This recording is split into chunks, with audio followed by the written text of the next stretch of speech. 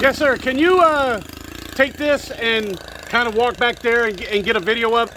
This is for the insurance people.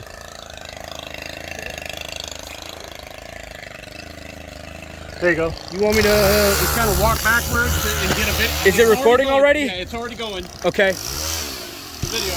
All right, so here's the clearance between the tree and the roof. Okay. And coming back,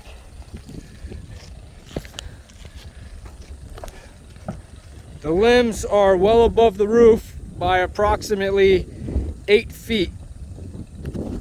Is that good, sir? That'll work.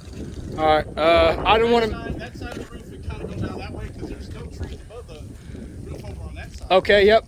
The backyard. Walking to the other side of the roof, turning around. Here's the same tree that we just showed the clearance on.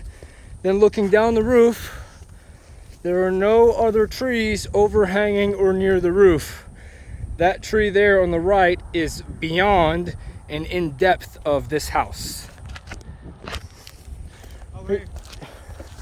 Do I press the stop button or pause button? Just hit the pause button.